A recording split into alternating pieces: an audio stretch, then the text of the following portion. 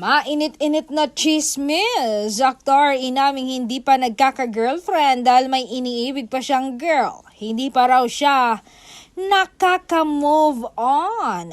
Sino kaya si aktor? Bago tayo pumunta sa exciting part ng balitang ito, paki-like naman ang video ito at mag-subscribe ka na rin. Ang aktor pala na hindi makamove on ay isa rin sa hinahangaan ngayon ng publiko. Napaka-hunk actor.